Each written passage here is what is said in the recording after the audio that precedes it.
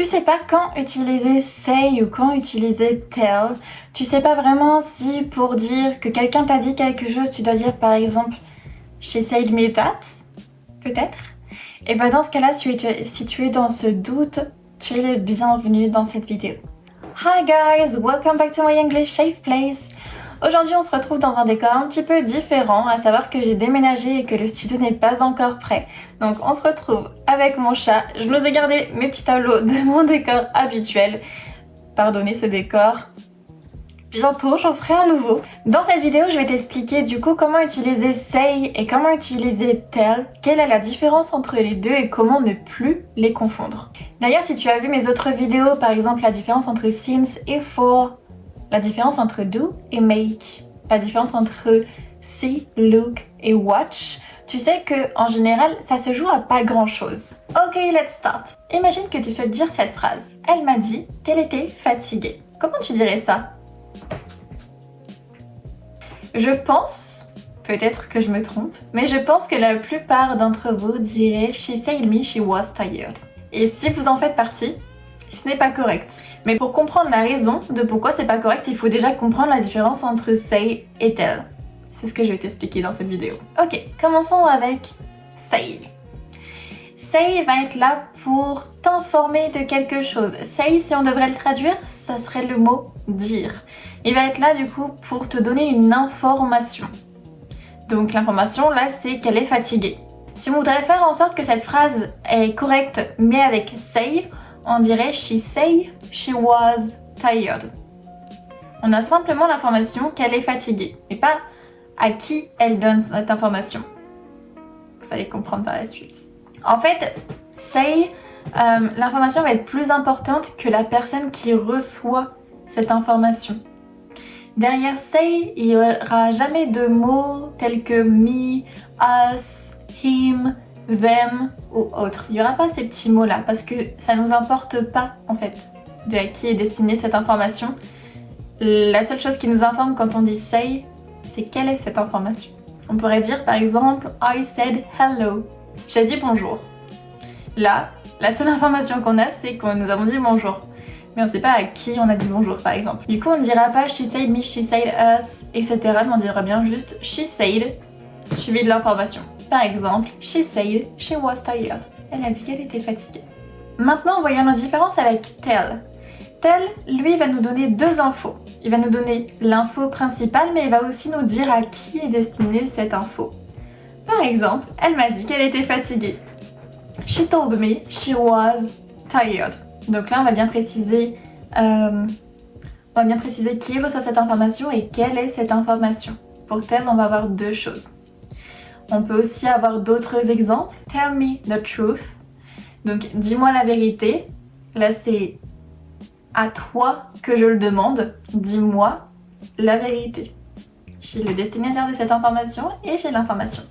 Si on devait récapituler un petit peu tout ça, on dirait que say, du coup, va être uniquement pour l'information, tandis que tell va être là pour l'information et la personne qui reçoit cette information.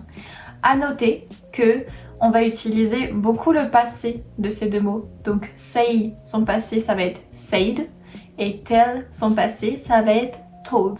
Si jamais vous voulez quelques petites explications sur le passé, n'hésitez pas à me le mettre en commentaire, j'en ferai une vidéo dédiée à ce propos. Ça peut être quelque chose de plutôt intéressant. Ok, maintenant je vais te faire un petit test.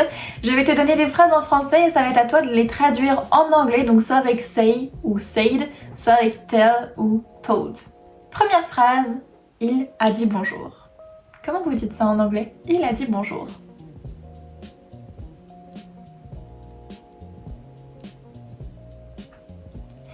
Pour il a dit bonjour, on n'a pas le destinataire, on n'a pas la personne qui va recevoir cette information, donc on sait déjà qu'on va utiliser say. Il a dit bonjour, on est au passé, donc on n'utilise pas say, mais said. Et donc on dira he said hello. Can you repeat it? He said hello. Ok, ensuite, deuxième phrase. Comment tu dirais elle m'a dit de venir? At what way?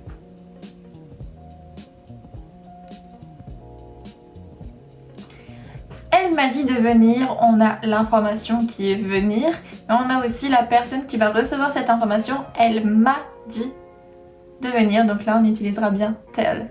Attention par contre on est au passé, donc ça sera plutôt finalement told. She told me to come. Je te laisse répéter cette phrase à haute voix si tu le peux. She told me to come. Dernière phrase à traduire. Est-ce que tu es capable de traduire en anglais? Ils ont dit qu'ils étaient prêts. Est-ce que tu es capable de traduire ça en anglais?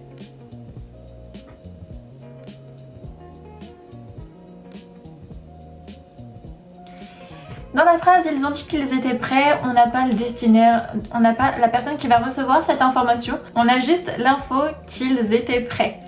Donc là, ça sera bien say. Ensuite, ils ont dit, on est bien au passé, donc ça sera bien said. They said they were ready. N'hésite pas à me dire en commentaire si tu as tout bon ou pas, et si tu as des questions, s'il y a des choses que tu n'as pas compris, tu peux aussi évidemment les poser en commentaire, j'y répondrai avec grand plaisir, et peut-être que j'y ferai des vidéos dédiées. Ok, on va faire un petit récap du coup des choses les plus importantes à retenir. On va utiliser say pour simplement dire quelque chose. On va utiliser tell pour dire quelque chose à quelqu'un. Say something. Tell someone something. Si tu retiens cette phrase, tu éviteras déjà 90% des erreurs. Maintenant, je te lance un petit défi en commentaire. Essaye d'écrire une phrase avec say ou tell et je viendrai te corriger si nécessaire, évidemment. Et si tu veux éviter toutes les autres erreurs que les Français ont tendance à faire en anglais, n'hésite pas à aller voir mes autres vidéos. Fais un petit tour sur ma chaîne, je pense que tu trouveras des choses qui pourront t'aider. Tu peux aussi t'abonner à ma chaîne. Je sors une vidéo toutes les 2 semaines.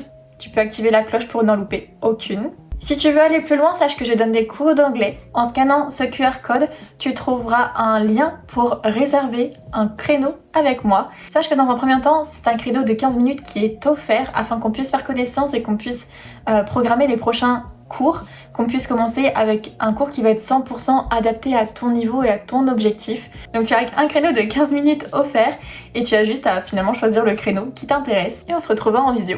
Si tu ne peux pas scanner ce QR code, évidemment, je t'invite à aller cliquer dans le lien qui sera dans la barre d'infos. Et je te dis à dans 2 semaines pour la prochaine vidéo. See you soon!